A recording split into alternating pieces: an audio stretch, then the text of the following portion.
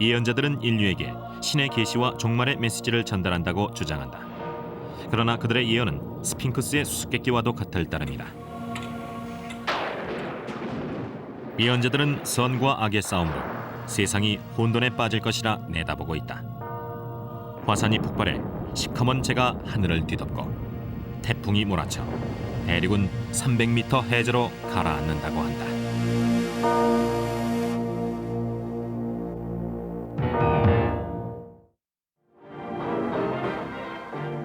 광란의 1920년대는 벼락 경기의 여파로 온 미국이 들떠있던 시절이다. 그러나 1929년 10월 24일 오전 증시는 돌연 아수라장이 됐다. 소위 암흑의 목요일로부터 11월까지 주가 손실액은 총 1,000억 달러를 기록했다. 실로 미국 역사상 가장 침울한 시기가 도래한 것이다. 기업은 문을 닫고 수백만 명이 임금을 받지 못했다. 미국인들은 굶주리며 떠도는 난민 신세로 전락한 것이다. 사태를 예측한 사람은 없었을까? 많은 사람들은 에드가 케이시가 이미 6개월 전에 증시 폭락과 대공황을 예언했다고 믿고 있다. 케이시가 1929년 4월에 속기사에게 받아 적게 한 내용을 들어보자. 엄청난 하락 장세가 예상됩니다. 국가와 개인의 주식 보유고에 커다란 타격이 있을 것이고 재계에도 막대한 혼란이 예상되네요. 이러한 경고의 메시지가 주어졌습니다. 우연하게 들어맞은 것일까? 아니면 예지력의 증거일까? 케이시의 예지력을 이해하기 위해 그의 삶을 더듬어 보자. 주식 폭락 사태가 있기 50여 년 전, 또한 주식이 뭔지 알지도 못했을 시절, 어렸을 때부터 케이시는 스스로 남다르다는 것을 알고 있었다. 케이시는 혼자 놀거나 손자를 애지중지하는 할아버지와 함께 켄터키주 호킨스빌에 있는 농장에서 지내기를 좋아했다. 끝없이 펼쳐진 초원과 물결이 찰랑이는 연못에서 즐겁게 뛰어놀던 케이시. 그러나 바로 이곳에서 참변이 일어날 줄은 아무도 몰랐다. 할아버지께서 너댓살 무렵 고조부 즉 할아버지의 할아버지와 말을 타고 있던 중 갑자기 말이 뒷다리로 일어섰어요. 그래서 할아버지는 말에서 떨어지고 마른 연못으로 뛰어들었는데 고조부께서는 말에게 끌려 연못에서 익사하셨습니다. 어린아이였던 저희 할아버지의 눈앞에서 벌어진 참사였죠. 어린 케이시는 이날의 충격으로 허탈감과 무기력에 시달리게 됐다. 그러나 다른 예언자들의 경우와 마찬가지로 케이시의 경험도 개인적인 시련을 초능력으로 승화시킬 수 있는 계기가 됐다.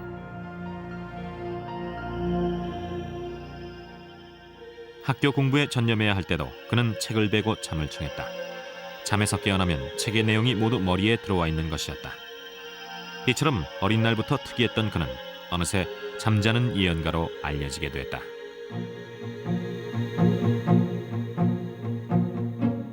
할아버지의 죽음으로 인한 충격이 가시기도 전에 새로운 계시를 받자 혼란에 빠진 케이시는 할아버지가 익사한 연못을 찾아간다. 당시 13살 난 소년이었던 그는 연못에서 천사의 모습을 보았다고 한다. 천사는 케이시에게 소원이 뭐냐고 물었고 케이시는 세상 사람들의 고통을 덜어주고 싶다고 말했다.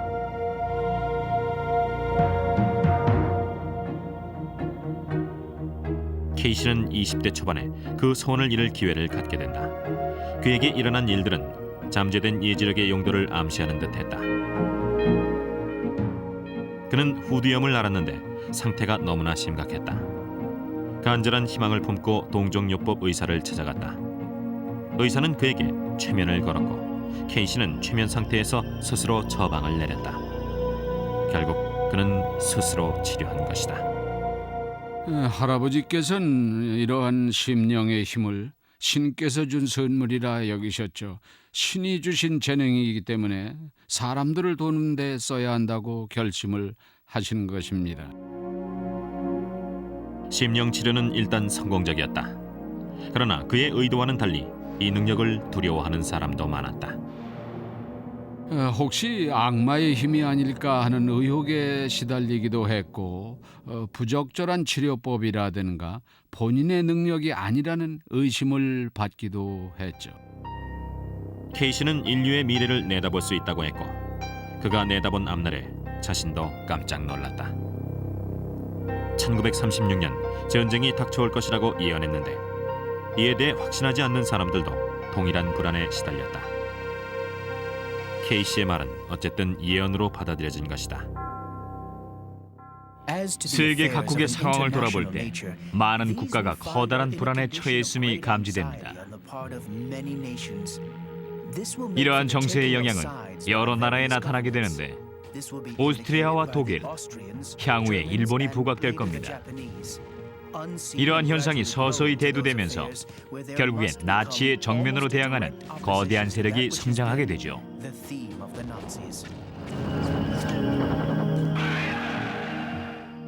3년 후 히틀러는 폴란드를 침략하고 유럽 대륙을 가로지르는 피해 행군을 시작했다. 케이시는 이후 일생을 예언에 바쳤다. 수많은 사람들은 개인적인 차원에서 정치에 이르는 다양한 질문을 보냈고 그는 잠자는 상태에서 해답을 얻어냈다. 그는 버지니아주의 ARE, 즉 연구 및 계몽협회를 설립했다. 이 연구소엔 그의 예언들이 보관돼 있다. 그러나 이 작업으로 그는 큰 타격을 입는다. 괴로워하셨죠. 2차 대전의 혼돈과 가족들 문제, 매일 수백 통씩 쇄도하는 간절한 사연이 담긴 편지들. 그래서 건강이 점차 약해지셨어요. 일을 좀 줄여야 했는데 절대 그러지 않으셨죠. 할아버지야말로 스스로의 예언을 무시하신 겁니다. 케이시는 1945년 1월 3일 심장마비로 사망했다. 그가 남긴 예언은 14,000건에 이른다. 오늘날까지 가장 논쟁이 되는 예언은 이것이다. 서기 2000년 이후 지구에 찾아올 가장 큰 변화는 무엇이냐고 물었을 때 케이시는 암호문과 같은 답변을 냈다.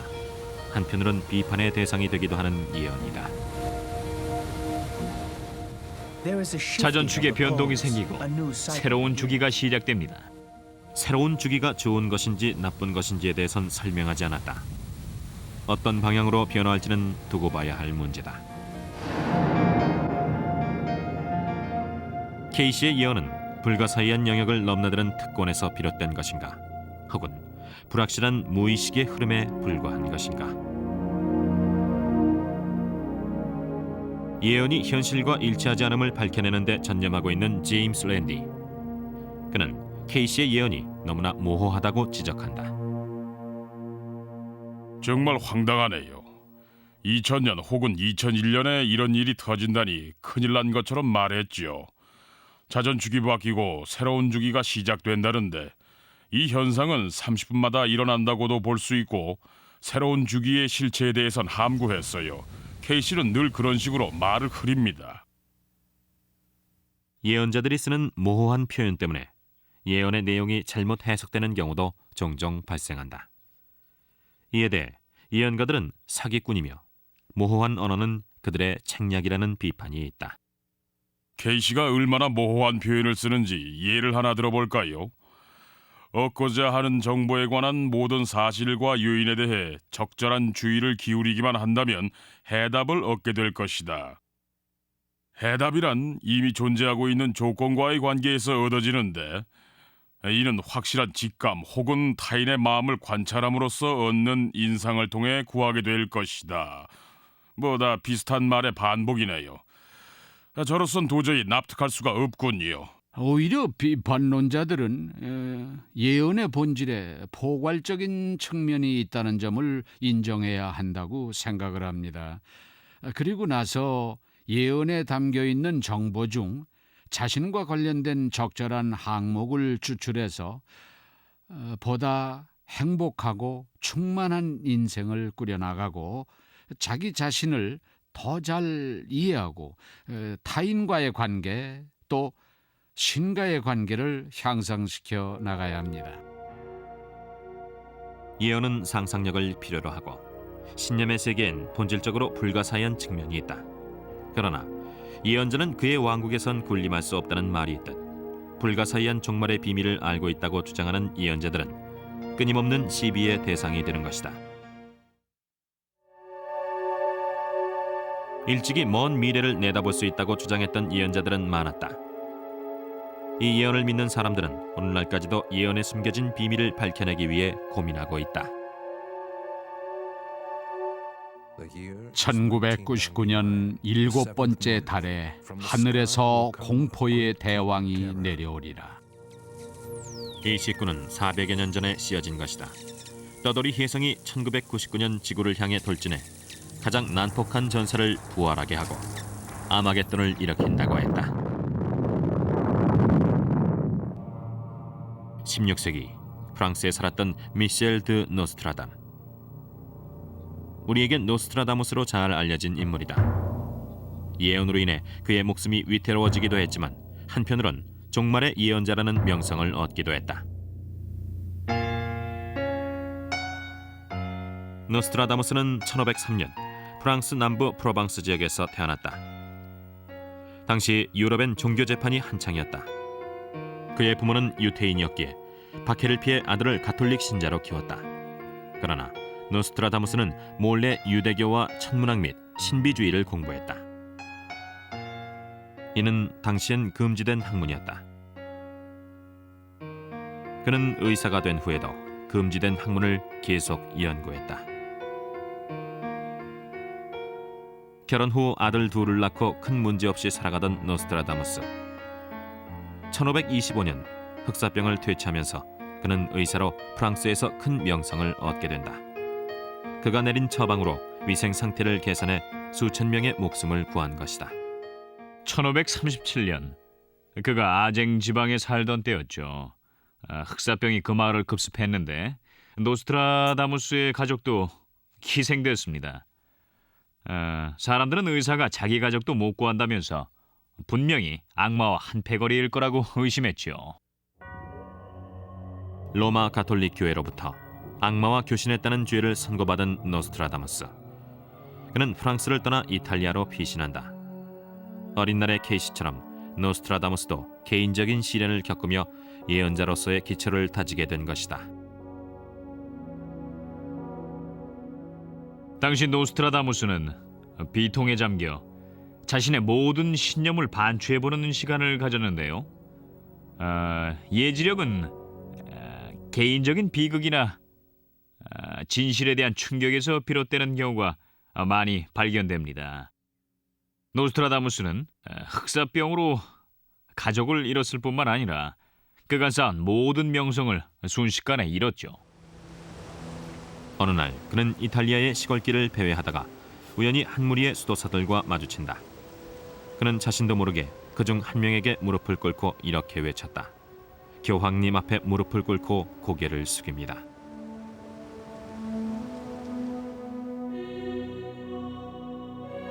그 수도사는 후에 교황 식스투스 5세가 됐다. 그때부터 노스트라다무스는 예언자로서도 명성을 얻게 된다. 노스트라다무스는 이제 프랑스에 안심하고 돌아가게 됐고 새로운 소명에 착수한다. 혼신의 열정을 다 바쳐 예언에 집중해 세기를 넘나드는 예지력을 갖게 된 것이다. 그러나 노스트라다무스는 언제 다시 로마 가톨릭 교회의 박해를 받을지 모른다는 두려움에 젖어 예언을 상징적인 시구로 작성해두었다. 매년 책이 출간되자 제법 인기가 있었다. 그중 어떤 예언엔 왕실도 관심을 보였다. 젊은 사자가 늙은 사자를 전투에서 압도하리라. 황금우리 안에 눈을 찌르니 두 상처가 하나로 합쳐져 늙은 사자는 비참하게 죽도다. 앙리 2세와 까테린 드 메디치 왕비는 이 예언을 읽고 노스트라다무스를 궁전으로 불러들였습니다. 노스트라다무스는 이에 대해 상세하게 설명을 하고 궁전을 떠났죠. 이 예언이 있고 얼마 후 앙리 2세는 말을 타고 창시합을 벌이다가 사고로 죽었다. 왕이 서거하자 프랑스 국민들은 격분했고 노스트라다무스는 또 한 차례 성난 폭도들의 표적이 됐다.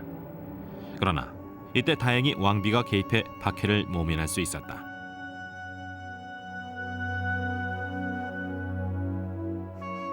왕비의 보호를 받으며 노스트라다무스는 안정된 분위기에서 예언에 전념하게 됐다.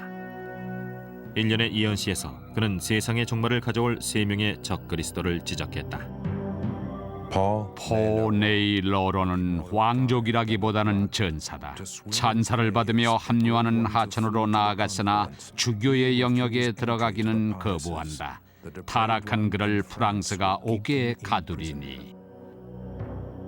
이 수수께끼의 식구는 나폴레옹의 집권과 추방으로 막을 내린 그의 최후를 상징한다고 풀이된다. 무려 300여 년 전의 예언이다. 두 번째 적그리스도에 대한 예언을 들어보자. 서유럽 외진 곳에 사는 가난한 부모 아래서 아기가 태어나리라. 그의 연설에 수많은 이들이 세뇌당하고 그의 명성은 동방의 왕국에까지 미치리니 굶주려 난폭해진 야수가 강을 건너고 전장의 대부분은 히스터에 맞서 대항하리라. 독일 태생인 무족의 히스터가 법을 무시할 때 그는 철의 우리에 갇히리라.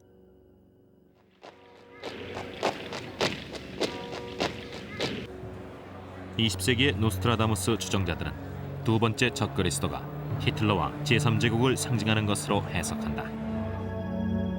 최후의 적그리스도는 과연 누구일까? 적그리스도는 셋을 무력해하고 27년간 전쟁이 지속되리라. 믿지 않는 이들은 죽거나 포로가 되거나 추방되리라. 피범벅이 된 시체가 강물을 물들이고 땅은 얼음의 비로 뒤덮이리니. 이것이 정녕 미래를 해독할 암호란 말인가?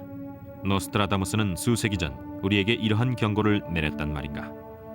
수수께끼로 가득한 시구를 해독하지 못하면 종말의 경고를 이해할 수 없다는 뜻인가? 그가 정말 파멸과 악으로 가득한 미래를 예언한 것일까? 혹은 그의 예언은 과거의 말장난에 불과한 것인가? 1999년 7번째 달에 하늘에서 공포의 대왕이 내려와 몽골의 대왕을 소생시키리라. 그때를 전후에 마르스가 행복하게 지배하리니. 종말에 관한 노스트라다무스의 예언을 두고 제임스 랜디는 심각한 의문을 제기한다. 몽골의 대왕이라고 했고 이건 징기스칸을 의미한다고들 하지요. 하지만 노스트라다무스는 징기스칸이 이미 오래전에 죽었다는 사실을 몰랐을 수도 있지요. 혹은 몽고나 그 인근에 있는 중국 출신의 다른 인물을 가리킬 수도 있고요. 노스트라다무스의 추정자들은 단어의 의미에 집착하다 보면 그 안에 깊은 뜻을 놓친다고 반박한다. 상징적인 시구이므로 인내심을 갖고 해석해야 한다는 것이다. 마지막 행은 낙관적으로 해석될 수도 있어서 흥미롭습니다. 그때를 전후에 마르스가 행복하게 지배한다고 했는데 마르스는 말 그대로 전쟁의 신이죠. 이 의미에만 집착하다 보면은 핵심을 놓치고 노스트라다무스가 쳐놓은 함정에 걸려들고 맙니다. 좀 더 깊이 들어가 볼까요? 마르스를 오컬트 용어로 해석하면 마구스, 즉 마술사가 되는데요. 쇳덩이를 황금으로 바꾸는 존재로 해석될 수도 있지요. 16세기에 비롯된 새로운 기술은 노스트라다무스의 세속적인 야심을 채워주는 계기가 되었다는 비판도 있다. 노스트라다무스는 인류를 구원하기 위해 예언한 것이 아니라는 주장이다. 노스트라다무스는 운이 좋았죠. 당시에 인쇄술이 개발됐고 매년 출간한 책으로 엄청난 돈을 모으고 인기를 누렸으니까요. 노스트라다무스를 지지하는 사람들은 3명의 적그리스도가 예지력의 증거라고 주장한다. 마지막 한 인물은 미스테리지만 나폴레옹과 히틀러의 역사로 입증됐다는 것이다. 사행시 중에 히스터 리버라는 이름이 나오는데 이게 왜 하필 히틀러가 돼야 합니까? 히스터와 히틀러 이 둘은 단지 철자가 좀 비슷할 뿐이지 아무 상관이 없습니다. 그러나 논란의 여지가 없는 예언도 하나 있긴 하다. 그는 자신이 죽고 나서 훨씬 유명해질 것이라고 했다. 내가 세상을 떠나고 세월이 흐른 후 나의 책은 생전의 그 어느 때보다도 더 큰 충격을 줄 것이다. 그가 쓴 사행시는 총 1000여 편에 이른다. 여기엔 1566년 그의 죽음을 예언한 것도 포함되어 있다. 노스트라다무스 얘기가 우리에게 시사하는 것은 무엇일까? 예언은 수세기 동안이나 그 정체를 드러내지 않을 수도 있다는 점일 것이다. 그럼 우리와 동시대의 인물 중 노스트라다무스와 맞먹는 예지력을 지녔다고 주장하는 사람들의 경우는 어떨까?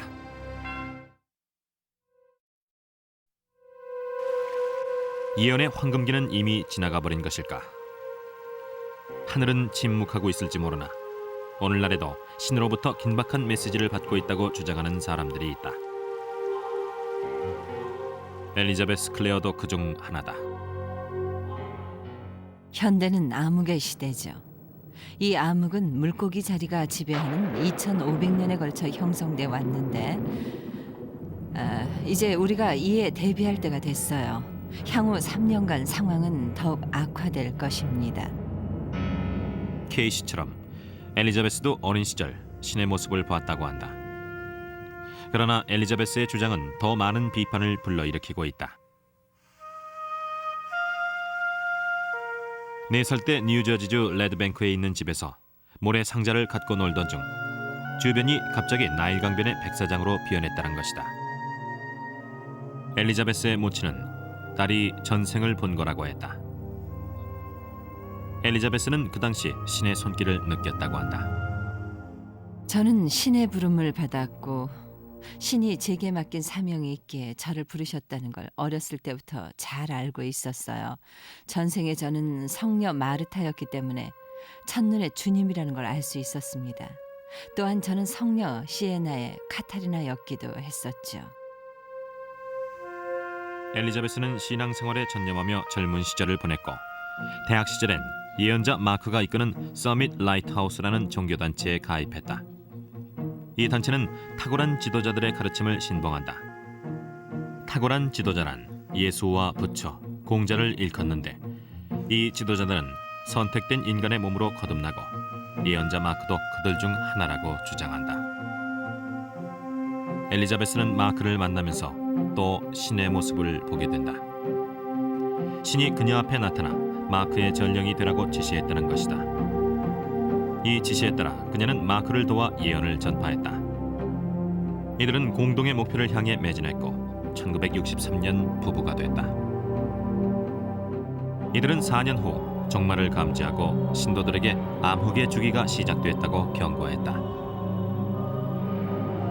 악한 카르마가 2002년 4월 22일까지 지구에 팽배할 것이며 수년간 선을 행해야 한다고 설파했다.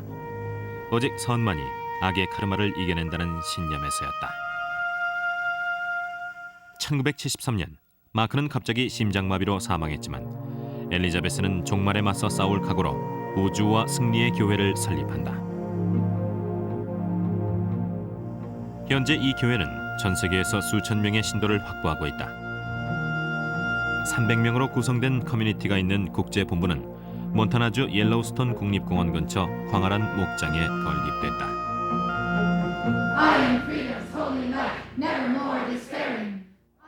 신도들은 엘리자베스를 열성적으로 따르며 그녀를 지상 최고의 지도자로 신봉한다. 그들은 엘리자베스가 탁월한 지도자로부터 직접 계시를 받는다고 한다. 주님의 말씀을 전해드릴 때 저는 주님의 제단에 서 있고 주님은 저를 굽어보며 말씀을 하십니다. 주님은 저의 입을 통해 메시지를 전달하고 계시죠. 엘리자베스는 예수가 자신에게 인류의 종말을 경고했다고 주장한다. 요한계시록에서처럼 4명의 말탄자가 출현해 죽음과 전쟁, 질병, 기아가 온 지구를 뒤덮는 끔찍한 장면이었다고 한다. 사나운 말들이 기술을 태우고 온 나라, 온 세상을 짓밟고 다녔습니다.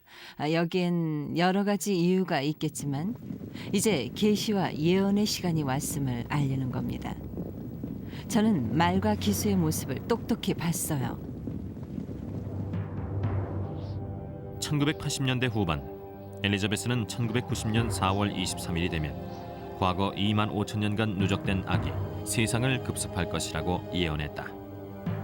온 세상은 질병과 홍수, 폭풍, 지진으로 대변동을 겪는다고 했다.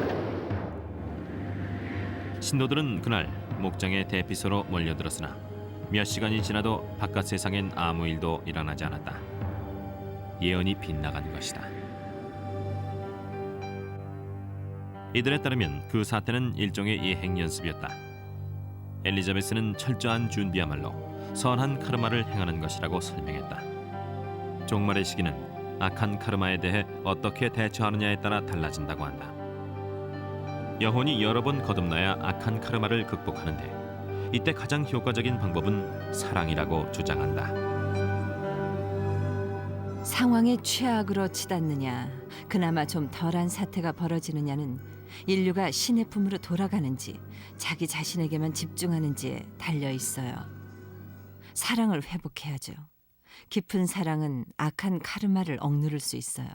사랑엔 힘이 있으니까요. 서로 도와야 합니다. 계시의 그늘 아래 자리한 우주와 승리의 교회 목장. 이곳에선 아이들이 뛰어놀고 어른들은 현생에서 선한 카르마를 행하기 위해 노력한다. 이들의 지도자 엘리자베스는 종말을 경고하는 능력은 자신의 전생에서 비롯된 것이라 믿고 있다.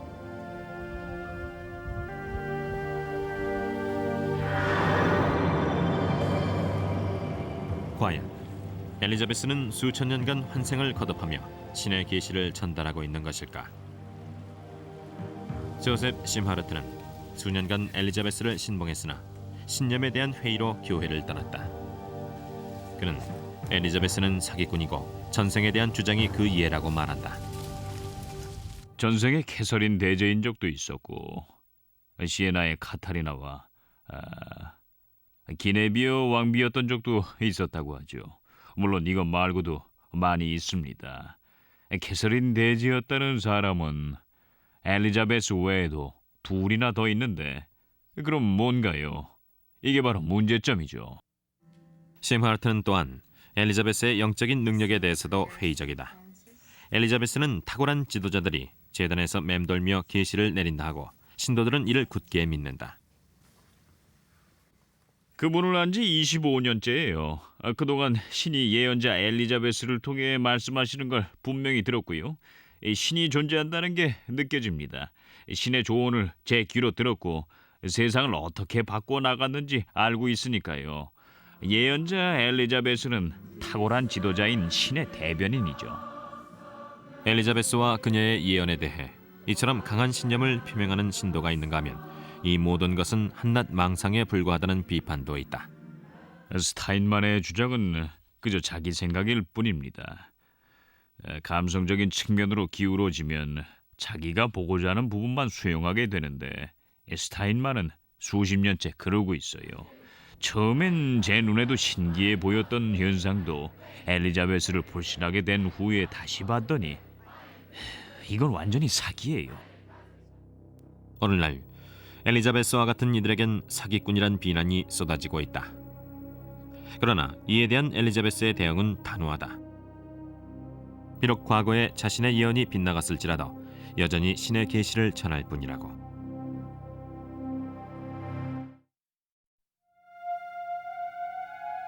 서양의 예언 개념은 구약 성서에서 비롯된 것이다. 성경엔 고대 유대인들이 종종 신의 계시를 무시했다고 적혀 있다.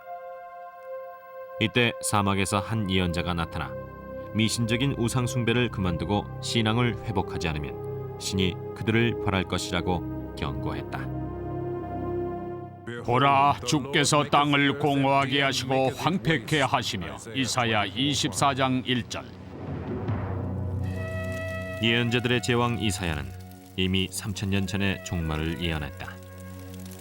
그는 종말의 참상에 대해 신이 상세히 경고했다고 했다. 훗날 예언자로 인정받은 것도 세월이 흐른 후 돌아보면 그의 말이 옳았기 때문이다.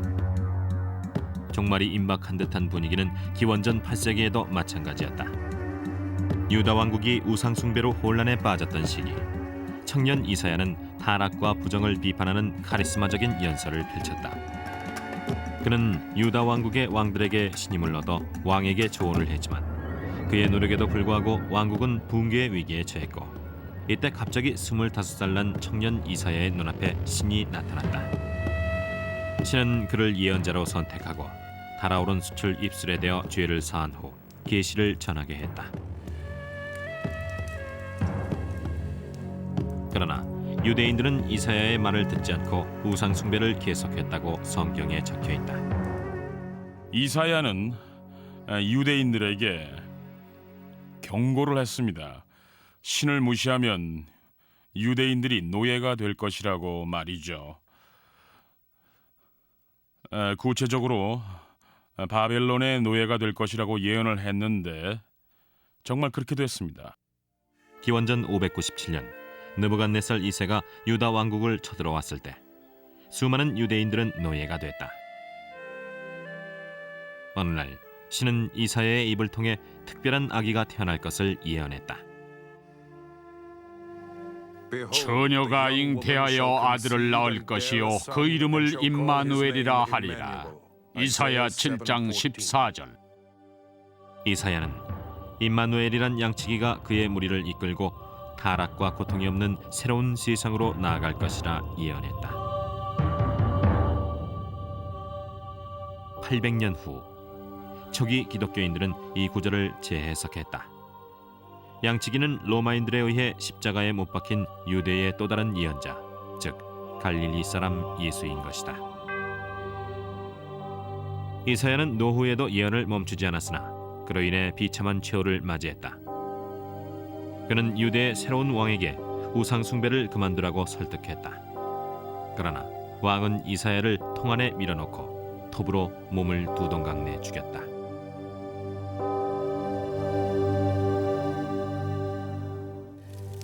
이사야는 예언의 원칙을 확립했고 수천 년 전 이미 예언을 한 인물이다. 신의 이름으로 경고하기도 했으나 고통의 시기에 확고한 희망을 심어주기도 했다. 이사야의 예언에 대해 가장 큰 논란이 일고 있는 부분은 바로 예수의 탄생에 관한 것이다. 이 예언은 단지 고대 유다 왕국에 한정된 것일까, 아니면 기독교 시대의 도래를 내다본 것일까? 기원전 700년에 이미 예언한 것입니다. 아기가 처녀의 몸에서 태어나 사람들에게 배척당하다 죽게 되지만 부활한다고 했는데요. 성경의 이사야 편에 모두 수록되어 있습니다. 제임스 랜디는 예언의 실현이란 신의 섭리가 아니라 사람들이 일으킨 사건에 불과하므로 모두 허구라고 주장한다. 그리스도라는 이름의 사나이가 등장하고 정해진 각본과 들어맞는다 싶으면 즉시 그를 선택하는 겁니다. 물론 예수는 역사 속의 존재고 이사야는 그런 존재를 예언한 인물이죠. 조건을 충족시키는 인물이 나타나면 예언이 실현됩니다. 신기할 게 없죠. 이사야는 단지 당시 정세와 사람들의 본성에 대해 잘 알고 있던 인물에 불과하다는 주장도 있다. 성서의 내용은 그 당시 기록자들의 역사적인 체험에서 비롯된 것입니다. 성서에 등장하는 인물들과 아주 가까운 시대 상황에서 기록된 내용이죠. 성서에 나오는 사건들은 가까운 미래에 상황이 좀 더 나아지길 희망하는 취지에서 상징적으로 묘사되어 있다고 봅니다. 초기 기독교인들이 그 당시의 예언을 먼 미래로까지 확장했다고 해도 놀라운 일은 아니다. 이사야의 예언 같은 시적인 표현은 얼마든지 새로운 의미를 부여할 수 있기 때문이다. 훌륭한 시와 마찬가지로 예언도 시대에 따라 달리 해석될 수 있다. 어떤 시대 상황에선 불가사의한 내용이 될 수도 있는 것이다. 예언은 본질적으로 불가사의한 속성을 갖고 있기 마련이다. 예언을 믿는 사람들은 그 실현을 위해 목숨을 걸기도 한다. 1991년 중동에서 일어난 사건이 바로 그 예다. 이스라엘의 12부족이 지구의 방방곡곡에서 모여들어 예속과 박해의 삶에서 벗어나 그들의 고향으로 돌아온다는 예언이 있다. 이는 이사야의 예언 중 가장 잘 알려진 것 중 하나다. 어떤 이는 신임이란 지명이 이디오피아를 지칭한다고 믿었다. 이사야 49장을 들어보자. 보라, 혹자는 원방에서, 혹자는 북방과 서방에서, 혹자는 신임 땅에서 오리라. 수천 년간 이디오피아의 유태인들은 가난과 질병에 시달렸고 무슬림과 기독교인들 중 최하층을 형성하고 있었다. 이들은 팔라샤인, 즉 추방된 사람이라 칭해졌는데 스스로를 이스라엘의 전설적인 잃어버린 부족이라 믿었다. 이디오피아 유태인들의 삶은 20세기에도 여전했다. 1980년대까지 30년간의 전쟁이 생존을 위협해 전멸 위기에 처해 있었기에 조치가 시급한 상태였다. 그들은 신념으로 살아남았습니다. 매일 행하는 기도와 의식의 힘으로 삶을 지탱해 나갔었죠. 또한 그 사람들에게는 꿈이 있었어요. 언젠가는 꼭 고향인 예루살렘으로 돌아가겠다는 꿈이죠. 이스라엘 정부와 미국의 유태인들에게도 이것은 단순한 꿈이 아니었다. 이는 즉각적인 행동이 요청되는 위험한 결단이었다. 이스라엘은 이사야의 예언을 실현하기 위해 은밀히 공수작전을 계획해 신임의 유태인들을 이스라엘로 불러들였다. 1991년까지 이디오피아의 독재자 맹지스투 마리암은 이디오피아 유태인들을 협상 카드로 이용했다. 그들을 돈이나 무기와 맞바꾸려 한 것이다. 거래는 성사됐지만 어떤 이들은 이를 악마의 거래라고 비난했다. 대탈출, 소위 솔로몬 작전은 5월 24일 이디오피아의 아디스 아바바 공항에서 시작됐다. 수많은 이디오피아 유태인들은 이스라엘 대사관으로 집결했고 반군은 시내로 몰려들었다. 대탈출은 촌각을 다투는 경주와 같았다. 많은 사람들은 이사야의 입을 통해 전파된 신의 계시를 실현하기 위해서 인간의 실천이 필요하다고 생각했다. 오후 4시 텔아비브에서 출발한 첫 번째 747기가 도착하자 수백 명의 피난민들은 비행기에 탑승했다.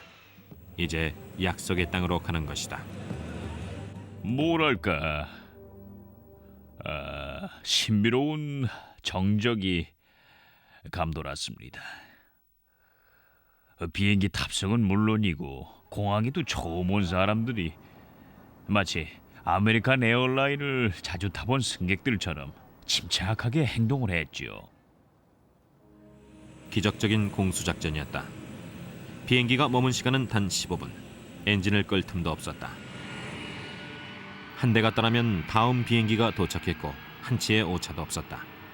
그러는 동안 반군은 점차 접근하고 있었으나 36시간에 걸쳐 40번의 왕복 운항을 통해 신임의 유태인들은 안전하게 약속의 땅으로 탈출했다. 이디오피아 반군이 작전을 무력화시키기도 전에 비행기 34대는 15,000명을 텔아비브로 실어나는 것이다. 불가능해 보였던 일이 실현됐다. 마치 오래전에 이사야가 이디오피아에 붙잡혀간 이스라엘의 잃어버린 부족들이 탈출할 것이라고 예언한 것처럼. 이사야는 3000년 전 이미 이 사건을 예언한 것일까? 혹은 신념을 통해 그런 일이 실현되기를 바라는 막연한 기대에서 한 말이었을까?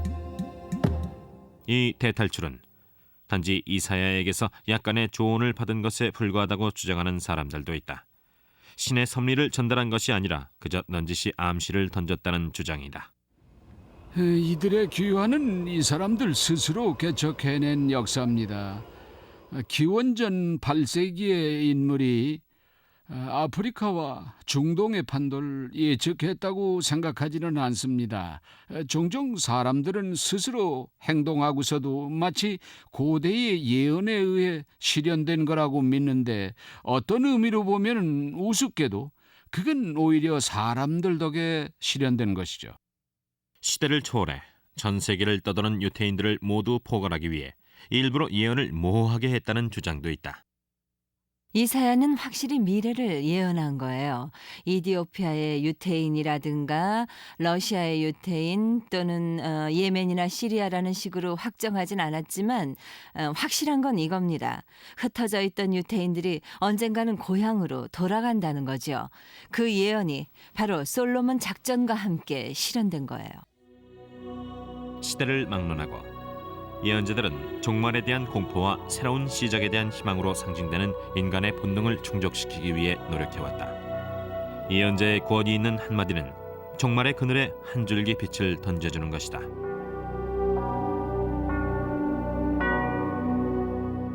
예언이란 미래에 대한 계획이라고 할 수 있어요. 그런 측면에서 보면은 우리의 선조들과도 관련된 일이라고 할 수 있죠. 또한 타인과도 연관돼 있고요. 우리의 삶을 어떻게 지탱해 나갈 것이냐에 관한 계획이기도 하니까 말이죠. 물론 혼돈의 바다를 떠돌면서 하루하루를 낭비할 수도 있죠. 하지만 미래에 어떤 일이 일어날지를 이해하고 있다면은 미래는 우리에게 희망을 주기도 하고 때론 불안을 심어주기도 할 거예요. 어쨌거나 미래는 우리 삶의 안내자인 셈이죠. 제임스 랜디는 효과적인 예언 전술은 위협이라고 주장한다. 예언자들은 두려움을 조장해서 심리적으로 나약한 사람들을 이용한다는 것이다. 예언자가 향후 4년간 모든 일이 순조로울 거란 예언을 했다면 아마 4년 후엔 그 예언자는 망할 겁니다. 예언자들은 사람들에게 불안 요소나 극복해야 할 문제를 던져줘야 하죠. 인류 전체에 재앙이 도래한다든가 하는 식으로 말입니다.